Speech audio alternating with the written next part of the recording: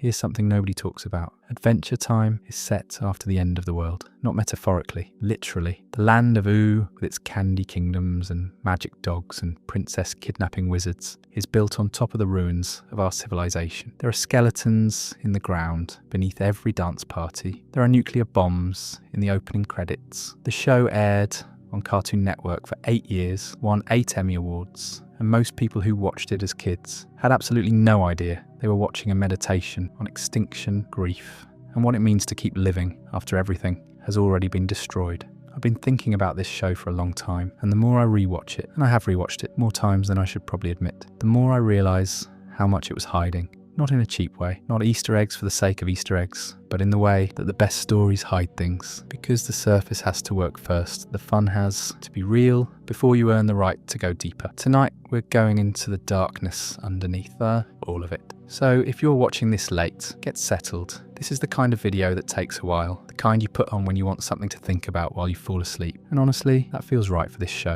And if you haven't subscribed yet, it genuinely helps us keep making these. Now, let's start with the end of the world. Here's the thing that gets me every time I think about the foundation of this show. Pendleton Ward, in an interview with IO9 in 2012, admitted something almost offhandedly. He said, and I'm paraphrasing because I want to get the spirit of it right, when he pitched Adventure Time to Cartoon Network, he didn't mention the post-apocalyptic setting at all.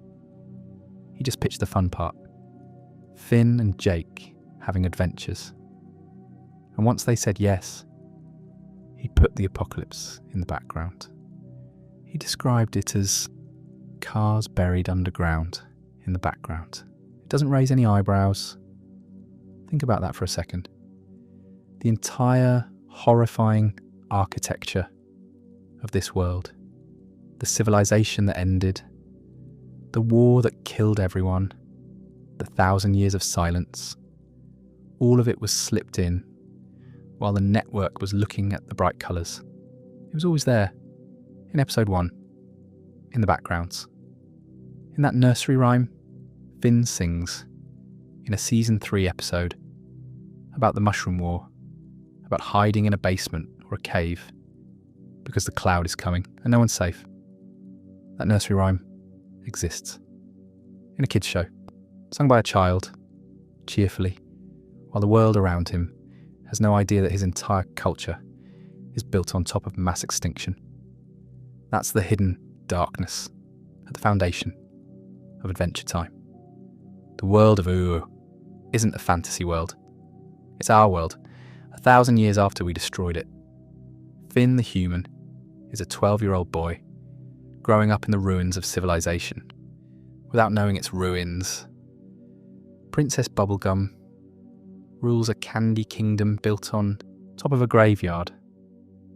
The Ice King is a man named Simon Petrikov, who bought a magic crown from a dock worker in Scandinavia and lost everything. All of them, every character in this show, are living in the aftermath of something that happened before they were born. Something no one talks about. Something the show never fully explains, but can't stop referencing. Ward said in another interview that he likes that the post-apocalyptic setting is just a background element in the mix.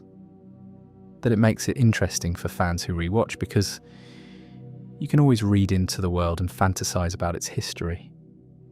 And that's true. But what he maybe didn't fully say is that this design choice creates something genuinely disturbing on a subconscious level. You're watching a show that looks like sunshine and magic, and underneath every frame there's a graveyard. The characters are always partying with skeletons buried just beneath their feet. He said that himself. That's not my interpretation. That's Pendleton Ward. The show ran for 10 seasons from April 5th, 2010 to September 3rd, 2018. 8 years and 279 episodes, plus a series finale. It won 8 Primetime Emmy Awards and a Peabody Award. And underneath every award, every bright frame, every silly joke, there was this engine of darkness running quietly in the background. Let's talk about it. Here's the thing that most casual viewers don't process about the Mushroom War. It's not a background detail. It's the foundation. Every single thing that happens in the land of Ooo, every character's backstory, every piece of magic that exists, it all traces back to this one event that the show almost never directly addresses. It's there in the opening credits. Nuclear bombs, missiles, and moments of destruction rendered in the show's loose, colourful style, which somehow makes it more unsettling rather than less. Here's what we know, pieced together across hundreds of episodes. About 1,000 years before the show's events, there was a civilization that looked like ours. Modern technology, cities, people going to work, children going to school. And then there was a war, a nuclear war, the mutagenic bomb, which the show implies was something beyond just nuclear, something engineered to cause biological mutation on a massive scale, was detonated. Most of humanity died, not in battle, not fighting, just died. You see the evidence in the background shots throughout the series. Skeletons sitting at desks. A skeleton with a green hat in a hole in the ground. Ruined architecture that matches our buildings. A limousine buried underground. Rocket ships and fighter jets, as Jake mentions in a Season 3 episode, haven't been reinvented yet. The civilization was so thoroughly destroyed that the people who survived and their descendants live in a world where the history of what came before is essentially mythology. Finn doesn't know he's living on the ruins of Earth. He knows about the Mushroom War, the way you know about a war that happened before you were born. Vaguely, abstractly, as a story rather than a reality. And I think about that a lot when I watch the earlier episodes. This kid, bouncing around, fighting monsters, being a hero. He has no idea that every adventure he goes on is happening on a graveyard. The Candy Kingdom has skeletons in the earth beneath it. The Ice Kingdom was built by a man who lost his mind because he couldn't let go of who he was before the war. What the bomb also did, and this is where it gets genuinely strange, is that it brought magic back into the world. This is one of the show's most quietly brilliant ideas. The lore establishes that magic is tied to the elasticity of a dimension, its ability to be reshaped and altered. Before the Mushroom War, the Earth was too rigid, too settled. Magic was weak, nearly non-existent. But the bomb, whatever it was, broke something open. It made the world elastic again. Creatures from other dimensions found their way in. Mutation created new forms of life that had never existed before. Princess Bubblegum is made of gum because the bomb made it possible for sentient gum to exist. The entire land of Ooo is on some level a wound. A beautiful, colourful, deeply strange wound that life rushed into because the walls between things had been blown apart. And the Lich, and we need to talk about the Lich, we absolutely need to. The Lich was born from the bomb. His essence arrived on Earth millions of years before the series, via what the show calls a catalyst comet, a comet that hits the Earth every 1,000 years and carries an agent of change. But the Lich only achieved physical form near the Mushroom War's conclusion, when the mutagenic bomb was detonated. He possessed someone who was submerged in the mutagenic waste. And in that moment, something that had been dormant for millions of years. Pure, distilled, cosmically motivated hatred of all life. Woke up and put on a body. And okay, here's a tangent I need to go on for a second, because I've been thinking about this since I first rewatched the series for this video. The Lich is voiced by Ron Perlman. And I know that sounds like a fun fact, but stay with me. Ron Perlman, who you know from Hellboy and Sons of Anarchy, and about 100 other things, delivers the Lich with this absolute certainty that I think is specifically more disturbing than any amount of screaming or monster roaring would be. There's a line in the season 4 finale, The Lich, which aired November 19th, 2012, episode 52 of season 4, where the Lich, possessing the body of the beloved hero Billy, looks at Finn and says the wish he's going to make is the extinction of all life. And Perlman delivers it the way you'd deliver a weather report. Just fact, done. Decided a million years ago. And what gets me is that Finn, this 12-year-old kid, is standing in front of something that has been patient since before humans existed. And the show doesn't flinch from that weight. It gives it to you straight. A thing that has been waiting longer than you can comprehend is looking at a child. That's the episode. That's what you're watching. I've rewatched that scene probably 7 times, putting this video together. And it hits different every single time. I need you to sit with the Lich for a moment longer, because there's a specific quality about him that most conversations about the show don't fully land on.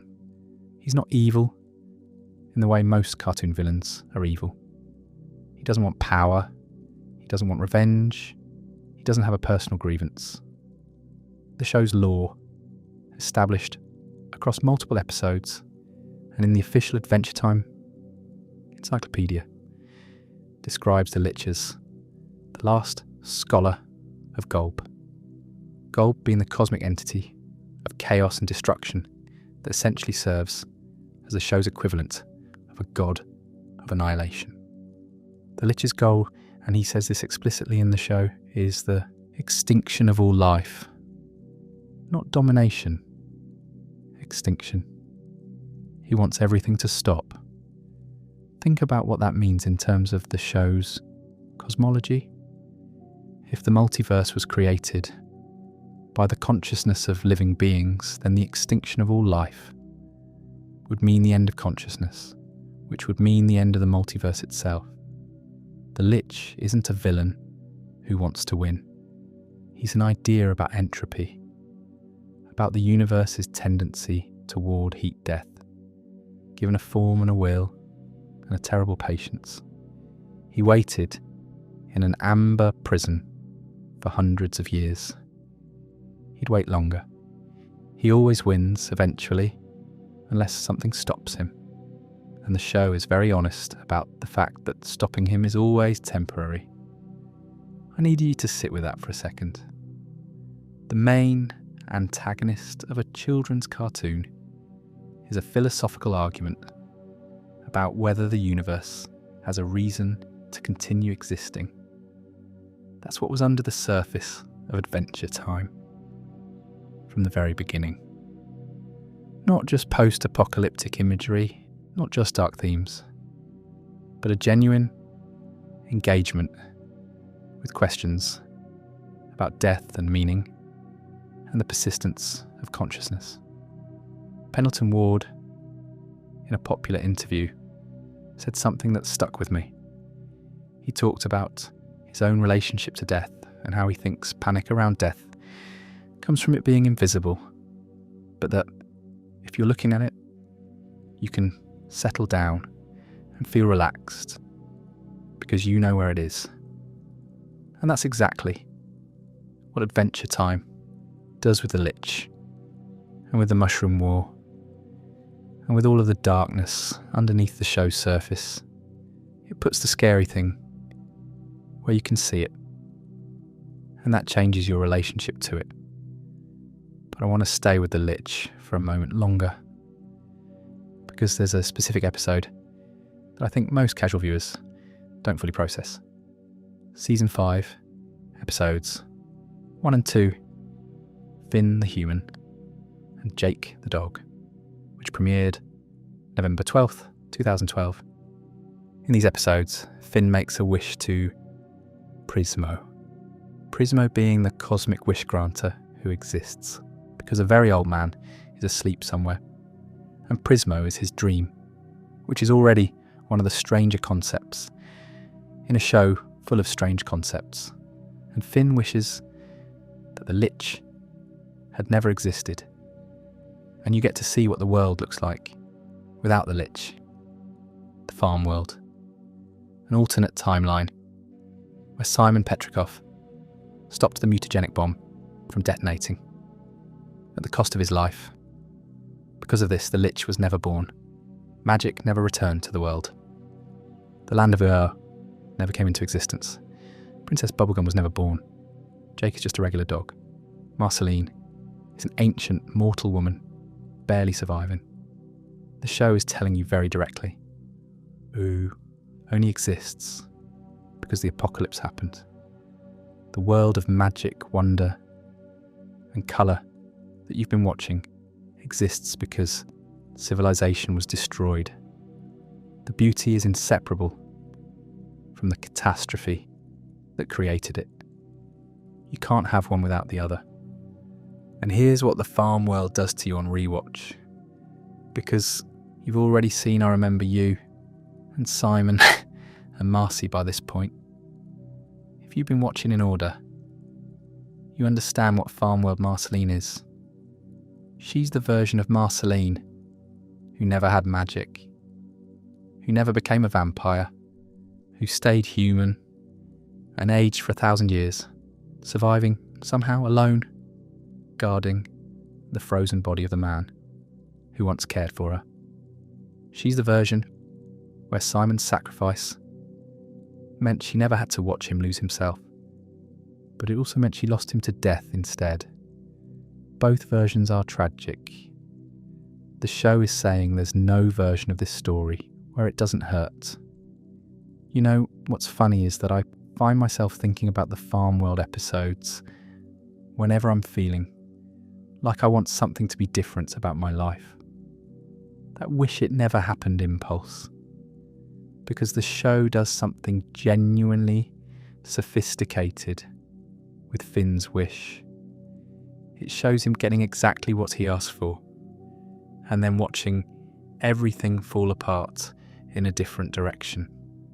The Lich is gone, but Farm World Jake becomes the new Lich when the bomb eventually goes off anyway, because the conditions that created the Lich are embedded in the structure of the universe. The wish just delayed it. Some things can't be wished away. Okay, we need to talk about Simon Petrikov.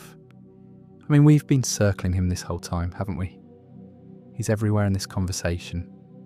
The Ice King, who appears in the very first episode of the show, who is set up as a comedic villain, who kidnaps princesses and shouts and loses his penguin, who is played by Tom Kenny with a kind of manic energy that makes him seem harmless.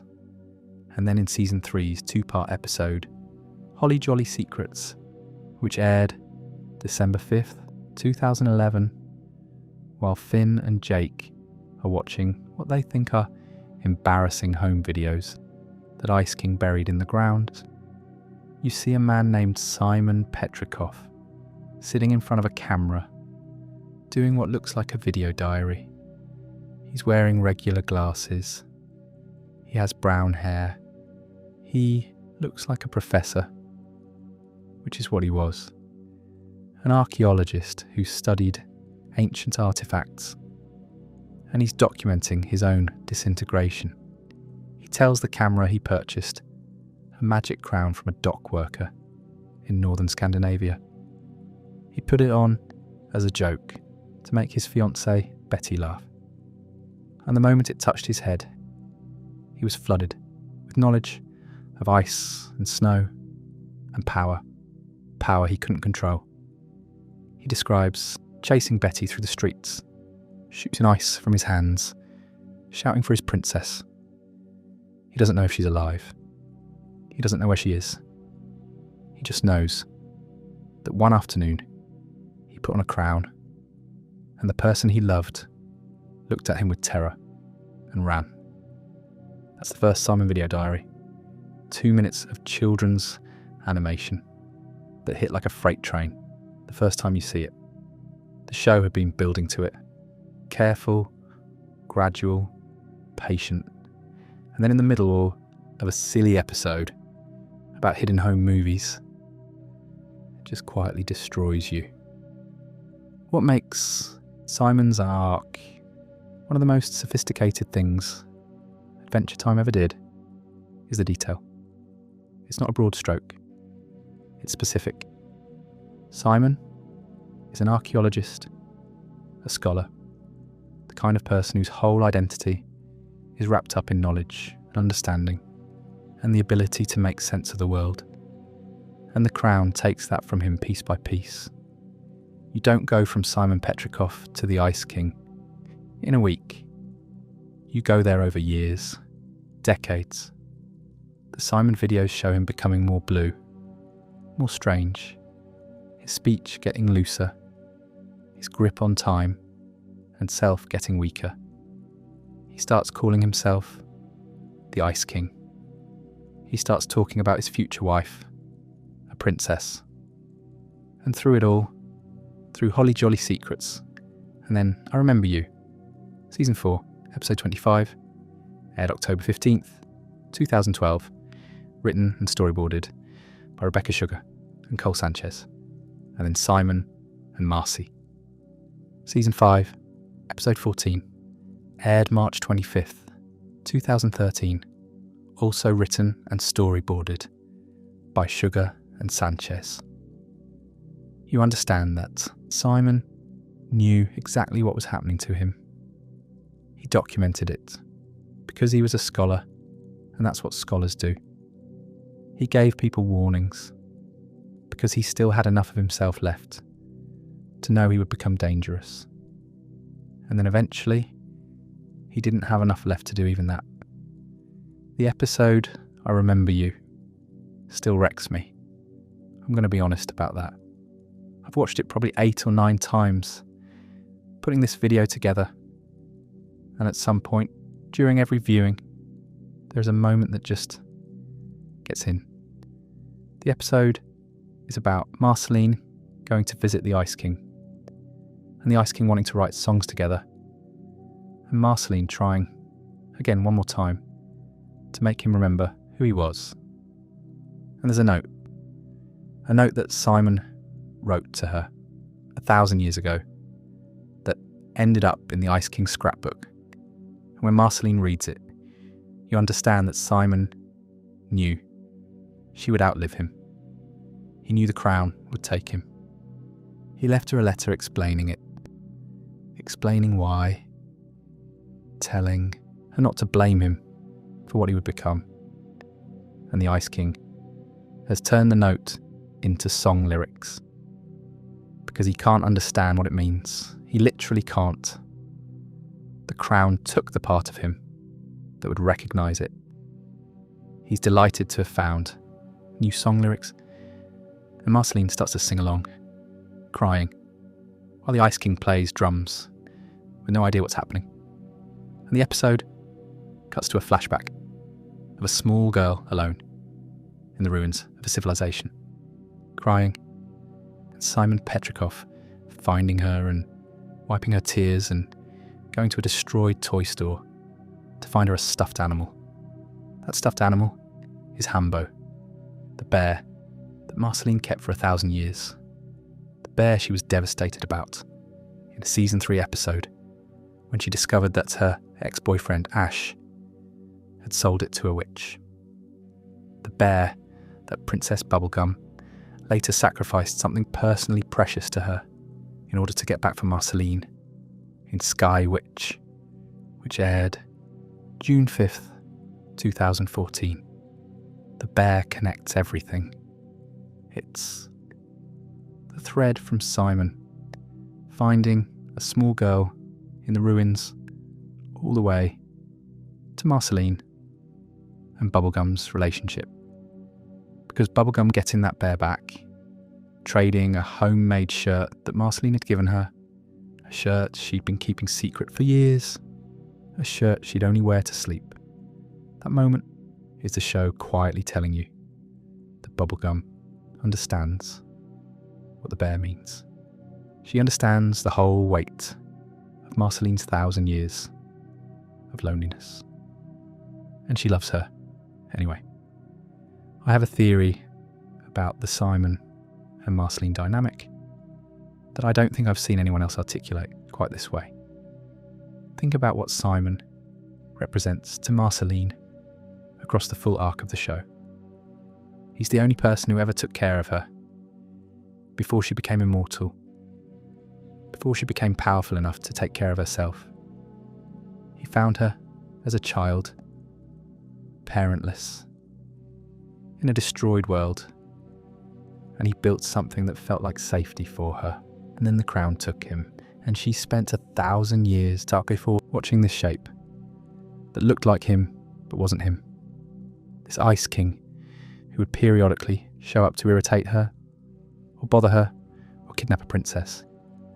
And she had to decide every time whether to engage with it or walk away. And sometimes she engaged, which made it worse. And sometimes she walked away, which also made it worse. That's not a cartoon villain backstory. That's a meditation on what it means to love someone who is being consumed by something they can't control. The show's crew, when they pitched Simon and Marcy to Cartoon Network, described it to the network as The Road, except for kids. The Road, the Cormac McCarthy novel, about a father and son in a post-apocalyptic wasteland, trying to survive. One of the most emotionally devastating pieces of fiction ever written. That's what the Adventure Time crew said their episode was. And the network eventually let them make it. Simon and Marcy shows us the years between when Simon found Marceline and when he eventually left. 3 years of wandering through a destroyed world. Simon teaching her things, making her laugh, trying to maintain some thread of normalcy while the crown slowly eroded who he was. There's a sequence where he acts out an episode of Cheers, not because Marceline knows what Cheers is, but because she has a fever. And he needs her to laugh, and he still knows enough about himself to know that making her laugh matters. He mouths the words through a broken television screen. She laughs. And Simon writes in his diary that he has to stay well for her, that she gave him something to live for. And then she gets sick, and he has to go into a town full of mutant creatures to find chicken soup, and he uses a crown to fight them off. And using the crown makes him less himself. He knows this. He does it anyway. That's the thing. Simon always knew. Every time he used the crown, every time he chose her safety over his own sanity, he was making a deliberate, fully conscious decision to sacrifice himself. He died slowly, on purpose, because he loved a child in a destroyed world. And 1,000 years later, she was still carrying a stuffed bear he'd found in the rubble. Rebecca Sugar, who wrote and storyboarded both I Remember You and Simon and Marcy, and who also wrote the song Everything Stays for the Stakes mini-series before leaving to create Steven Universe, described working on these episodes as working through something deeply personal. The Simon and Marceline relationship was hers to develop from the seeds Ward planted, and you can feel the care in every frame. The episode Simon and Marcy was, according to the Adventure Time wiki, the last episode Sugar worked on for the show before she left. She went out on the most heartbreaking episode Adventure Time ever made. Simon and Marcy scored a 9.7 on IMDb. I Remember You also scored a 9.7 on IMDb. For reference, a lot of what are considered the greatest television episodes ever made don't hit that score. These are two 11-minute children's cartoon episodes about a man losing his mind and a girl watching it happen. Both 9.7. That number tells you something. I want to shift to something that I think is related, but takes the show's darkness in a different direction. Let's talk about what happens to characters who don't age. Marceline is 1,000 years old. She's been through things that the show gestures at without fully mapping. The apocalypse, the years alone, the vampire hunts, the brief relationships, and the long stretches of solitude in between.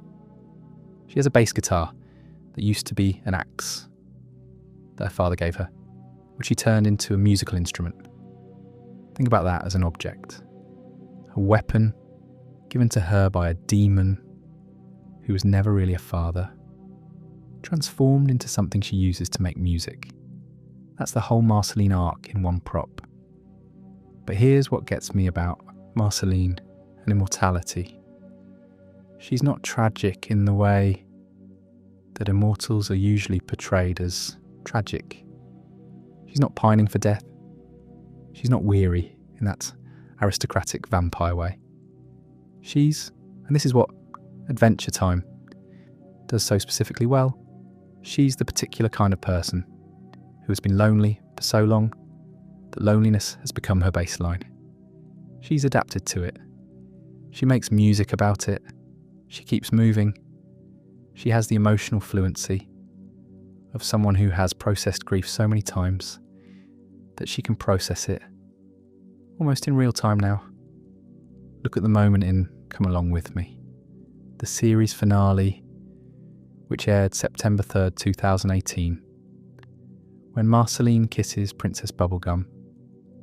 That kiss is the culmination of a relationship that the show had been building for years, protecting her from a network that was historically uncomfortable with LGBT content, slipping in and out of the margins of visibility. The kiss, this moment that the show had been quietly working toward for years, happens during a battle, during chaos, because of course it does, because for Marceline, love has always happened in the middle of chaos. There was never a quiet moment. There was never the right time. And at some point you stop waiting for the right time. I've rewatched that moment multiple times. And what strikes me every time is that it's not a dramatic declaration. It's not scored with swelling music. It just happens. They're in danger. Something terrible is happening around them.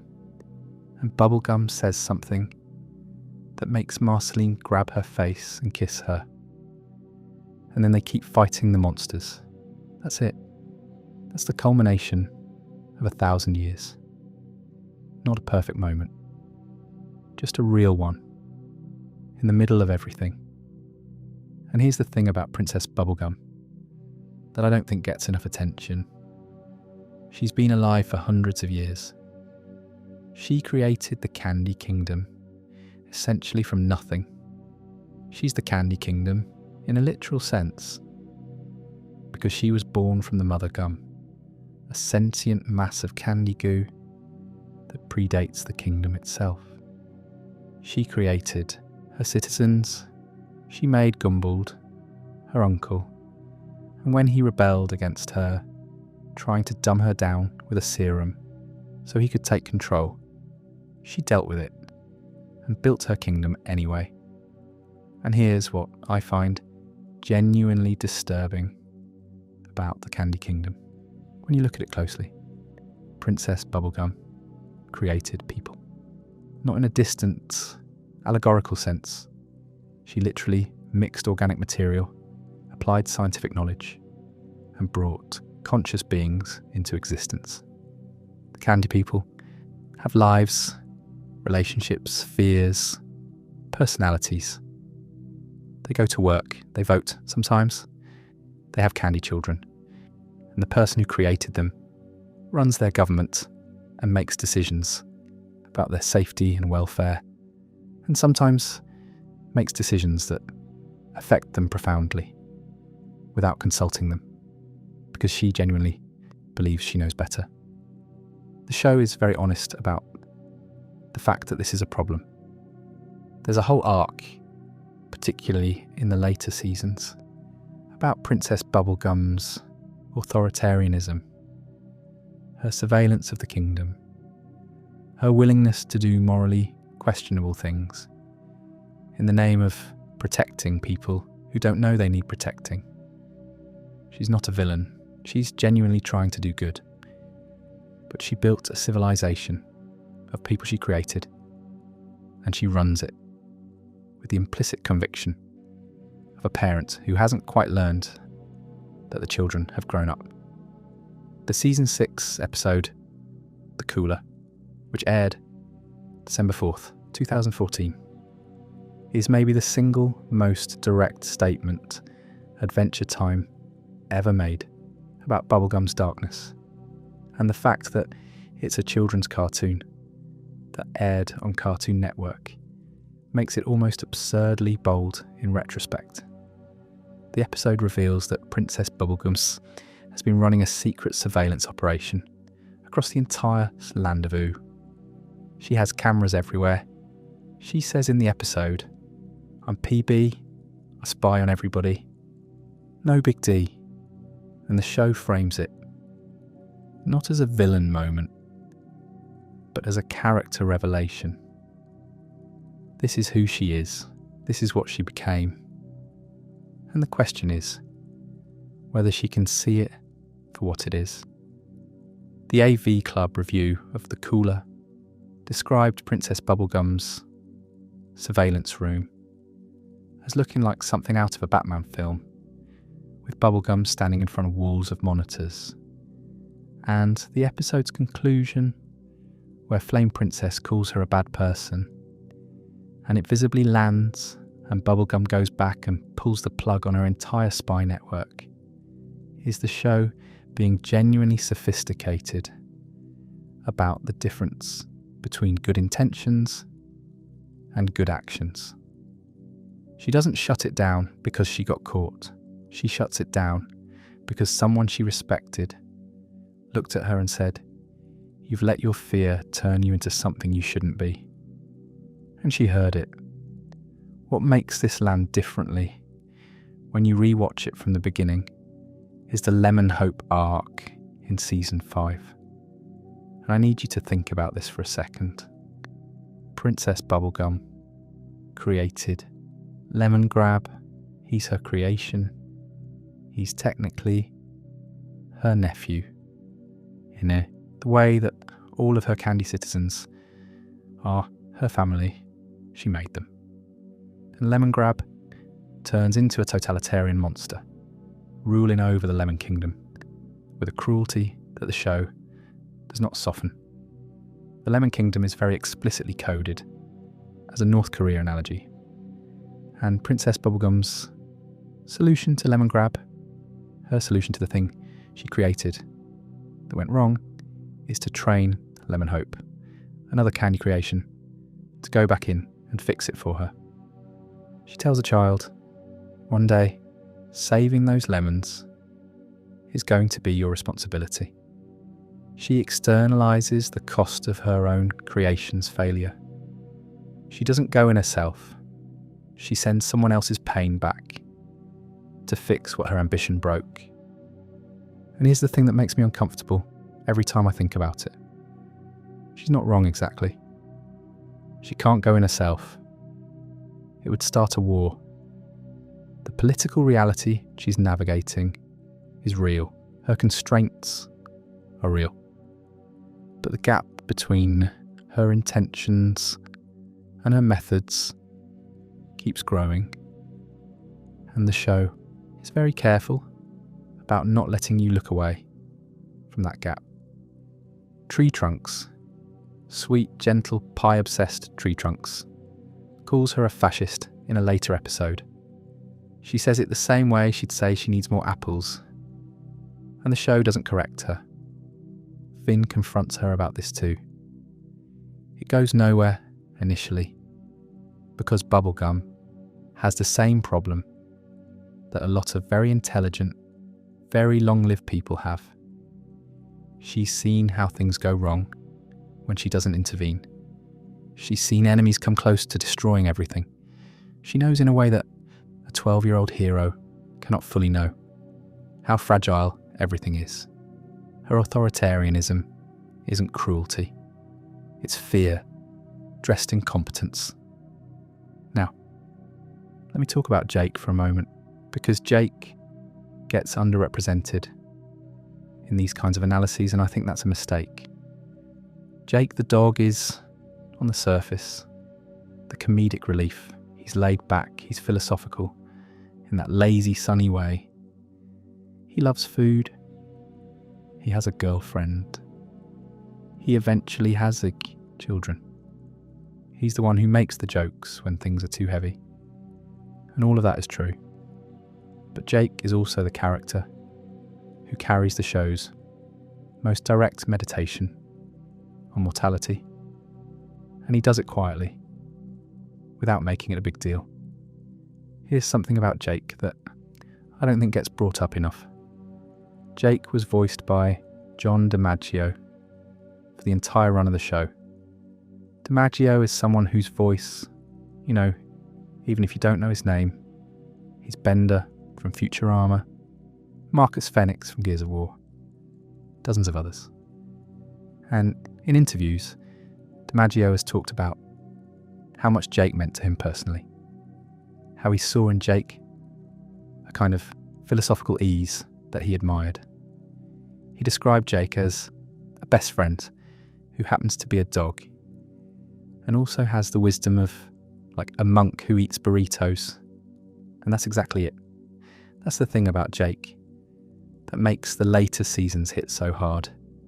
You spend 5, 6, 7 seasons watching this character be the emotional ballast for everything, keeping Finn grounded, keeping the show from tipping into pure darkness. And then the Distant Land specials come along and tell you he's gone. He died. The show doesn't show you how, doesn't make a big episode out of it. He's just gone. And Finn is an old man with Jake tattooed on his chest. And you sit with that because Jake would have wanted you to sit with it. He would have said, yeah, okay, that happened. Now what do you want for lunch?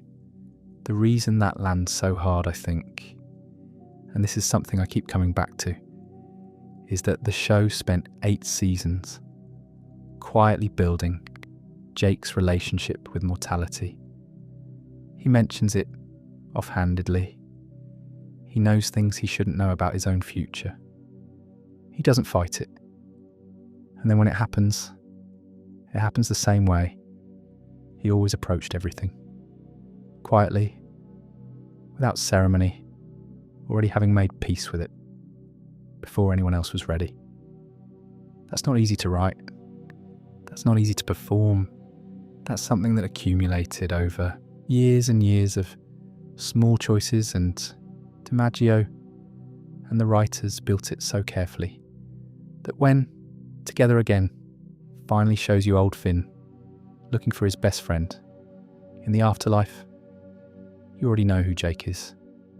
You've known him for years. You know he's fine. And it still hurts. There are multiple episodes where Jake talks about his own death with a kind of serene acceptance. He's seen his death in a dream or a vision. He knows how he's going to go. And his response to this knowledge is essentially, yeah, okay, That's going to happen. What do you want for lunch? Finn can't accept this. Finn's whole thing, and the show traces this arc over 10 seasons, is that he can't accept loss. He can't accept the things he can't fix. His arm gets severed, and a flower grows out of the stump, and he turns that into a new arm made of grass, and the grass arm has its own consciousness. His hero turns out to be evil. His father turns out to be empty. His best friend is going to die someday, and Finn keeps fighting, keeps charging at every problem, because for a long time he doesn't have the tools to sit with the thing that can't be solved. Jake has those tools. Jake was born with them, or developed them early, and the show never quite explains how. But Jake can look at death and go, okay. And that contrast between the two friends is, I think, the emotional engine of the entire series. Not the lore, not the Mushroom War, not the cosmic entities and the Catalyst comets. Just a boy who can't accept mortality, and a dog who can, sharing a house in a tree, going on adventures. The Distant Lands specials, released on HBO Max, starting in 2020, after the original series ended, push this into even stranger territory. In Together Again, the show finally shows you the thing it had been building toward for 10 years. Jake died. The show doesn't show you how. It doesn't tell you when. By the time of Together Again, Finn is an old man, and Jake has been gone long enough that the wound of it has healed over into something Finn carries like a stone in his chest. And they made a plan. Before Jake died, they made a plan. If there's an afterlife, find me. Figure out what the deal is. Come find me. And Finn does. He dies. In the special he dies too. A moment the show treats with strange gentleness, and navigates the 50 levels of the death world to get to where Jake is, which is the 50th level, the highest, the peaceful one. Jake is there. And he's fine. He's just fine. He found it, the place where the soul settles, and he's been there, and he's happy. And Finn finally gets to see that. And then they leave. Because of course they do. Because Finn the human and Jake the dog don't stay in heaven. They find a door and they walk through it. Because that's who they are.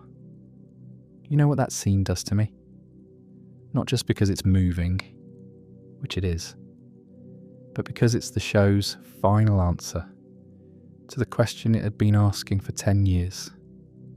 The question was, what do you do with the fact that you will lose everything you love? Jake's answer was always, you be present for it. You don't fight it. You let it be what it is, and then you find what's on the other side. And the show, in its final acts, gives Finn that answer, not as wisdom, but as experience. He gets to know. He gets to stop fighting it. Now let me talk about something I don't think gets discussed enough. The Catalyst comets, and why Finn's very existence is one of the most carefully constructed things in the show's lore. The show establishes, over the course of several episodes, that a catalyst comet strikes the Earth every 1,000 years. Each comet carries an agent of change. Some agents of change make things better. Some make things catastrophically worse. The Lich, the show strongly implies, is the agent of change from a comet that arrived millions of years ago, the one that killed the dinosaurs. Green-coloured comet, horn-like flames. The extinction event, and Finn is a reincarnation of the blue comet's agents of change. This is stated and implied across multiple episodes, and it reframes the entire show's premise. Finn isn't just a kid. He's something that the universe keeps generating because it needs it. He's the opposing force to the Lich's agent of extinction. Every time the Lich comes back, there's a version of the force that opposes him. This time it's a 12-year-old boy in a white hat who has strong morals and can't accept loss. The Vault aired September 16th, 2013. It's season 5, episode 34, the 138th episode overall. Finn starts sleepwalking and dreaming about a green ghost woman who fans have been wondering about since she appeared in The Creeps in season 2. And Jake and BMO help him tap into his repressed memories via hypnotic regression. And inside those repressed memories, Finn sees his past lives. A comet, a butterfly, a pink glowing thing, and then Shoko. Shoko is a one-armed thief who rides a white tiger and does jobs for a gang called the Buff Boys. Her parents sold her right arm for a computer when she was a child and abandoned her at a dojo. And she ends up in what was then just a small settlement, an early version of the Candy Kingdom, where a young Princess Bubblegum befriends her, gives her a robotic arm, treats her with the exact kind of uncomplicated care that the Candy Princess has always been capable of. And Shoko steals her amulet anyway, because she's terrified, because she doesn't know how to receive kindness without it becoming currency. She dies in a radioactive river. The tree that grows over her grave becomes the tree that Finn and Jake's treehouse is built on. The amulet she stole is buried with her for hundreds of years, until Finn finds it. And when he returns it to Princess Bubblegum, returned by the reincarnation of the person who took it, a person Finn doesn't fully remember being, there's this moment where Shoko's ghost gives him a thumbs up, and then she's at peace.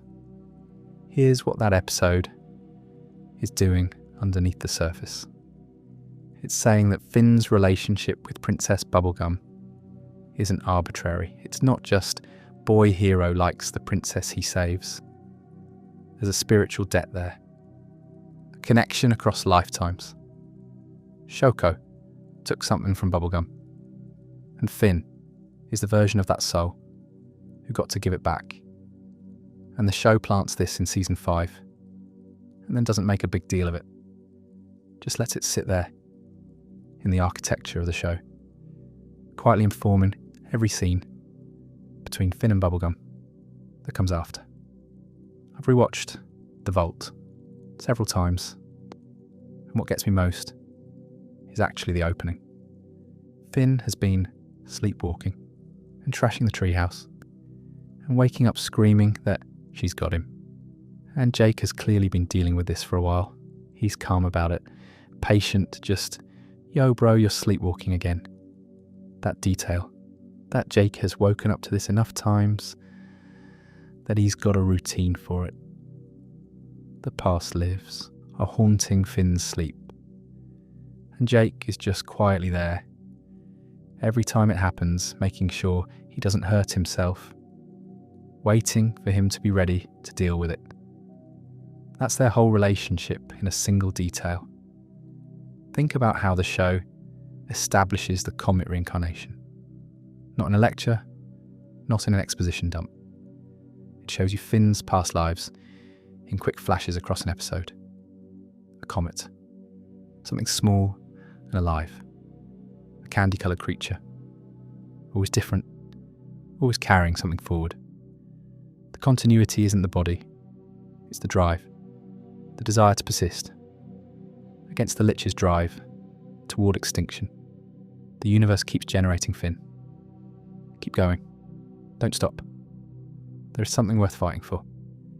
And Pendleton Ward, who built this whole cosmology, who stuffed it into the backgrounds of a cartoon while negotiating with his network about what was allowed. Ward stepped down as showrunner during season 5. He found the pressure unsustainable The Rolling Stone piece from 2013 quotes him saying he quit because it was driving me nuts, that having quality of life outweighed his need to control the project. He became just a writer and storyboard artist on the show he created because being at the centre of it was destroying him. Tom Kenny, in interviews around that time, made an observation about the Ice King that stays with me. He said he thought the way the Ice King feels like he's going mad and things are spinning out of control must be what it's like to run a show like Adventure Time. That Penn probably felt like he was losing his grip on reality, being the arbiter of everything. There's something almost too on the nose about that. The creator of a show, about a man who loses his mind while wielding enormous power, also losing his grip while wielding enormous creative power. The parallel isn't perfect, but it's real. Remember what I said at the very beginning of this, about Pendleton Ward slipping the apocalypse into the background while the network was looking at the colours. There's a through line here that I keep coming back to, and I think it's the real secret of Adventure Time's longevity and emotional power. Every single one of these characters, Simon, Marceline, Bubblegum, Finn, Jake, is living in the aftermath of something they didn't choose. The Mushroom War happened before all of them. The decisions that broke the world were made by people none of them ever met. And the show never, not once, uses that as an excuse for any of them. You didn't cause it. You still have to live in it. You still have to decide what to do with the world you inherited. Finn didn't cause the extinction of humanity. He was found as a baby, floating in the ocean on a leaf. But the world he grew up in is what it is. And he can either be the kind of person who tries to make it better, or the kind of person who doesn't. Simon didn't choose to buy that crown in Scandinavia. He bought it as a curiosity, an academic artifact, and it ate him alive. But he chose, every time he used it, to use it protecting someone he loved. The cost was himself. He paid it. Jake didn't choose to be born with powers from a strange blue creature that bit his father. He just has them. And what he does with them, the way he uses them to stretch himself around the people he loves, literally and figuratively, that's his. And here's the thing that brings this full circle. The show ends with 1,000 years passing, with new people in the same land, not knowing the names of the people who came before, telling stories that have already started to shift and blur into myth. Shermie, Beth, BMO, who can't quite remember if it was Fred or Phil. The world keeps going. The specific people, their pain, their love, their choices, eventually become story. And that's not tragic. That's just how time works. You live, you love, you make your choices in the world you are handed. And eventually, you become a story that someone else tells on a night when they can't sleep. And here's what kills me about that. If you've been watching from the beginning, if you've seen Simon and Marcy, and I Remember You, and The Vault, and Together Again, you know the story. You know it better than Shermie and Beth do. You are the one carrying it. The show gave it to you to hold. Now I want to spend some time on the ending, not just as a summary, but as an analysis of what Adventure Time chose to say with the way it ended. The series finale, Come Along With Me, aired September 3rd, 2018. It's a 44-minute, 4-part special, counted as episodes 280 through 283 of the series. The title comes from the opening line of the show's closing theme, the Island Song. And the structure of the finale is itself a piece of storytelling commentary, because the whole thing is framed as a story being told. 1,000 years after the events of the finale, two young adventurers named Beth and Shermie find an old mechanical arm in the ruins, Finn's robot arm, which he lost during the GOLB battle, and ask BMO, now apparently the King of Ooo, to tell them the story. BMO tells them, and you get to sit with that frame.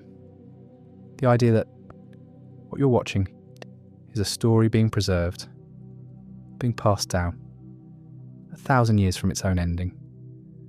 The show is very aware that it is a story being told to an audience, and in that framing, it asks you, what do stories do? What does it mean to tell someone about the people who came before? What gets preserved and what gets lost? Golb arrives in the finale. And I'll be honest, Golb is the show's purest representation of chaos and destruction.